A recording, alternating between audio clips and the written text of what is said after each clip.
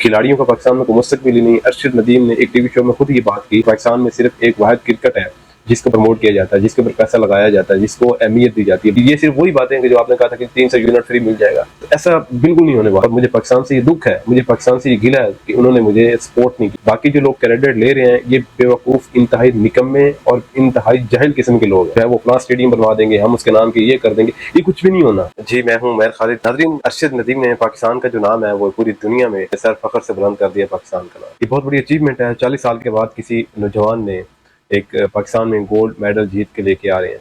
इसको 1992 वाला जो वर्ल्ड कप है उसके साथ इसको अटैच किया जा रहा है। कुछ सियासी जमातें, कुछ सियासी लीडर, कुछ मजहबी लोग, कुछ पाकिस्तान का सियासी तबका, कुछ पाकिस्तान के ब्यूरोक्रेट, कुछ पाकिस्तान के वडेरे जगीरदार इस जीत को अपने साथ मुंसलिक कर रहे हैं।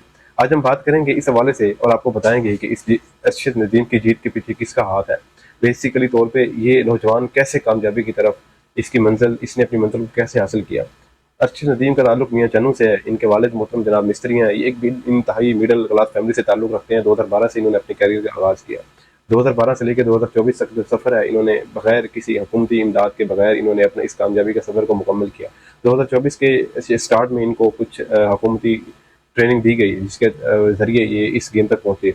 इसकी कामयाबी के अंदर पाकिस्तान के जो सियासी गिद्ध हैं, मैं उनको गिद्ध ही कहूँगा, क्योंकि वो इसकी तरक्की और इसकी जो कामयाबी है उसको अपने साथ मुंसलिक कर रहे हैं कि हमने इसको मौका दिया, हमने ये किया, वो किया, ऐसे किया, वैसे किया। जबकि दूसरी तरफ जो इंडिया के खिलाड़ी हैं, नीरज चोपड़ा, उनकी अगर हम उसको कंपेयर इनके साथ करें तो वो इससे 300% इनसे आगे हैं।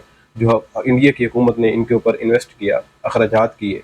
और मैं ये आपको बताता चलूँ कि इस अरशद नदीम के पास इतने पैसे नहीं थे कि ये बंदा अपने पैसों से अपना जेवलिन थ्रो, जो कि एक इंटरनेशनल मेयर के मुताबिक जिसकी मालियत कम से कम 7 से 8 लाख रुपए वो खरीद सके।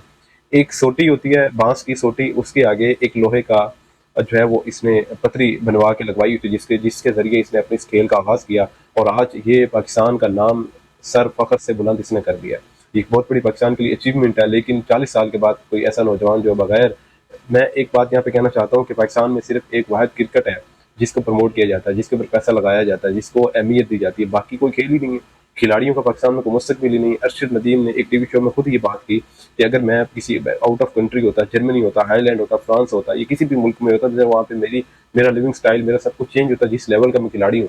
और मुझे पाकिस्तान से ये दुख है, मुझे पाकिस्तान से ये गिला है कि उन्होंने मुझे सपोर्ट नहीं की। लेकिन इसके बावजूद भी वो जीत चुका। अरशद नदीम के जीतने के पीछे सिर्फ 3 लोगों का हाथ है। बाकी जो लोग क्रेडिट ले रहे हैं, ये बेवकूफ़, इंतहाई निकम्मे और इंतहाई जाहिल किस्म के लोग हैं। एक उसके वालिदैन, एक उसके टीचर्स, इसके कोच, और दूसरा अरशद नदीम खुद। और बाकी जो गांव के लोग हैं जिन्होंने उसके लिए दुआएं की कि अल्लाह ताला उसको कामयाबी दे, ये करे, वो करे, यानी उसके लिए स्ट्रगल की, एफर्ट की। और यहाँ तक कि ये कहना है कि जो अरशद नदीम था, जब उसकी जेवलिन खराब हो जाती थी, टूट जाती थी, या उसमें कोई नुक्स पैदा होता था, तो वो इलाके के जो लोग थे उनसे पैसे लेके उसको बनवाते थे और दोबारा खेलते थे। सबसे जो बड़ी बात मैं बताना चाह रहा हूँ आपको कि वो जो वेट होता है, जो इंटरनेशनल क्लब के अंदर जिसको ट्रेनिंग दी जाती है, वो जो बाल्टी होती है, बाल्टी टूट जाती है, बाल्टी टूटने के बाद उसके अंदर कंक्रीट भर के उन्होंने वो वेट के लिए अपने आप को बनाया हुआ था, उससे वो वेट करते। आप इस बात का अंदाजा लगा लें। और ये जो माशाल्लाह हमारे पाकिस्तान में जो सियासी लोग हैं और उसकी जीत को अपनी सियासी और मजहबी और ये घटिया किस्म की सियासत का तो उसको मुंसलिक कर रहे हैं, कितनी शर्मनाक बात है। मैं उन तमाम तर लोगों से ये रिक्वेस्ट करूंगा कि काइंडली ये आप ऐसा ना करें। वो जीता है अपनी मेहनत से, जीता है, वो जीता अपने माँ बाप की जो दुआओं से जीता है, वो जीता तो अपने कोचिज की ट्रेनिंग से जीता है, वो आपकी दी हुई किसी चीज़ से नहीं जीता। जो आप ये कह रहे हैं कि 2012 में उन्होंने जो है वो यूथ फेस्टिवल में हिस्सा लिया था, ये किया था, वो किया था, हम ये कर देंगे, हम जो है वो अपना स्टेडियम बनवा देंगे, हम उसके नाम के ये कर देंगे, ये कुछ भी नहीं होना। मैं आपको सच्ची बता रहा हूँ, ये कुछ भी नहीं होना। ये सिर्फ बातें हैं। जो ये सिर्फ वही बातें हैं कि जो आपने कहा था कि 300 यूनिट फ्री मिल जाएगा, तो ऐसा बिल्कुल नहीं होने वाला। हाँ, जो कुछ इनामात उनके उनके लिए हैं वो उनको दिए जाएंगे, वो उनका हक है। उन्होंने वो पाकिस्तान का नाम रोशन किया और उनको मिलने चाहिए, वो इस चीज़ का हकदार है। लेकिन अगर आप ये कहें कि वो जीता तो हमारी वजह से जीता है, या हमने उसको आगे हमने उसका फैसिलिटेट किया था, या हमने उसको पैसे दिए थे, हमने उसको इमदाद दी थी। मैं आपसे पूछना चाहता हूँ कि आज जेवलिन थ्रो आपने उसको लेके दी जिसकी मालियत कम से कम 7 से 8 लाख रुपए की है। मेरा आपसे सवाल है कि आपने उसको सपोर्ट की, क्या आपने उसको कितने इंटरनेशनल क्लब्स के अंदर आपने उसका फैसिलिटेट किया। मेरा आपसे ये क्वेश्चन है कि क्या आपने कितना उसको उसकी ट्रेनिंग उसके ऊपर आपने पैसा इन्वेस्ट किया। कुछ भी नहीं किया। बस आपसे जो है वो बातें करवा लो, आप कहेंगे जी ये है, वो ऐसे है, वैसे। उसने पाकिस्तान का नाम रोशन किया, उसने पाकिस्तान का नाम रोशन किया, लेकिन उसने पाकिस्तानी होने का सबूत दिया।